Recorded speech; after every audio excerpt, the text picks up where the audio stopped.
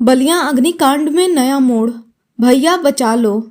संपत्ति विवाद में बहू और पोते को जिंदा जलाने का आरोप। नमस्कार, मैं सौम्या और आप देख रहे हैं भारत मीडिया। बलिया के चिलकहर गांव में हुए दर्दनाक अग्निकांड में अब एक बेहद चौंकाने वाला और सनसनीखेज मोड़ आ गया है। जिस घटना को अब तक सिर्फ एक हादसा माना जा रहा था, उसमें अब हत्या की खौफनाक साजिश के आरोप लगे हैं। रविवार देर रात एक मकान में लगी भीषण आग में 27 साल की रिंकी और उनके 4 साल के मासूम बेटे धीरज की दम घुटने से दर्दनाक मौत हो गई। पति नीरज जान बचाने के लिए पहली मंजिल से नीचे कूद गए, जिससे उनका पैर टूट गया है। दिल दहला देने वाली बात यह है कि मरने से ठीक पहले रिंकी ने पड़ोस में रहने वाले एक दुकानदार को फोन किया था और कहा कि भैया बचा लो, घर में आग लग गई है, नहीं तो हम सब मर जाएंगे। लेकिन जब तक मदद पहुंचती बहुत देर हो चुकी थी। अब इस मामले में मायके पक्ष ने नीरज के परिवार पर ही गंभीर आरोप लगाए हैं। रिंकी के पिता का कहना है कि मकान के विवाद को लेकर नीरज के पिता, मां और भाई अक्सर उन्हें परेशान करते थे। उनका सीधा आरोप है कि ससुर ने ही साजिश के तहत घर को बाहर से ताला लगाकर आग लगाई है।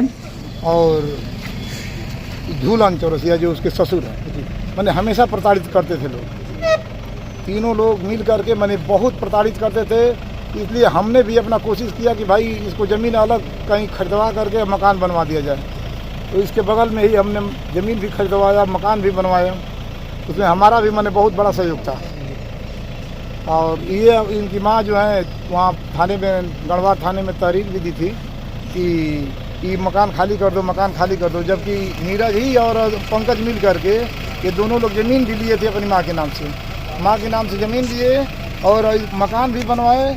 उस समय दीपक जो बड़े भाई हैं वो रहते थे, सिक्योरिटी गार्ड की नौकरी करते थे बाहर में। जब देख लिए कि मकान वकान बन गया तो ये भी आकर के अपना 1/3 हिस्सा लगवा करके अपना दुकान करने लगे। दुकान करने के बाद जब नीरज का उधर मकान बन गया साइड में, तो अभी अपनी माँ को और पिताजी को ऊपर दबाव देने लगे कि इनको हटाइए, इसको हटाइए। जो मैंने यहाँ गढ़वाल थाने में तहरीर भी दिए थे नीरज को, चूँकि नीरज को ले जा करके एक दिन बैठाया भी गया था थाने में। नीरज से प्रेस करके लिखवा भी लिया गया कि 6 महीना का मैं समय दे दीजिए, हम इसको खाली करके हम उसमें शिफ्ट हो जाएंगे। फिर उसके बाद अपना नीरज वहाँ से चले आए थाना में। शाम को 7 बजे लोग छोड़े। अभी दिमाग में हमेशा चर्चा चल रही थी कि अब धीरे धीरे उसमें शिफ्ट होना है, 6 महीना में खाली करना है। लेकिन 6 महीना के अंदर ही अपना रात में ही घटना घटा दी है। घटना इसमें उनके मैंने नीरज के पिताजी जो हैं झूलन चौरसिया, उसी में सोए थे।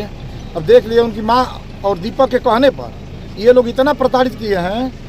दीपक के कहने पर, उनकी माँ के कहने पर उनके पिताजी ने क्या किया कि इसमें उसी में सोते थे और उसमें आग लगा करके और बाहर से ताला बंद करके अपने निकल गए।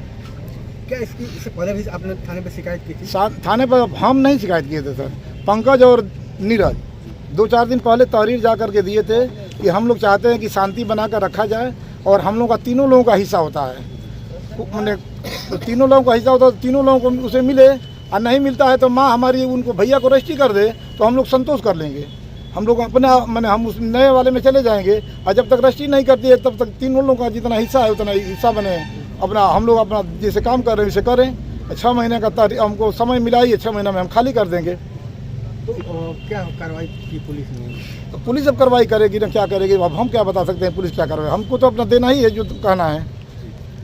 तो अब कितने लोगों की यहाँ डेथ हुई है? डेथ हुई है, हमारी बेटी की डेथ हुई है, हमारी बेटी की लड़के की डेथ हुई है। 5 साल का लड़का था जिसका धीरज नाम था, इसका लड़की का नाम था रितिका।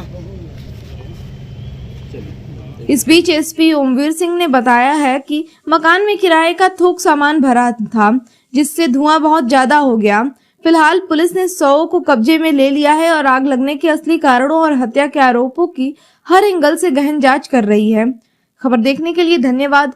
जय हिंद, जय भारत। बने रहे भारत मीडिया के साथ।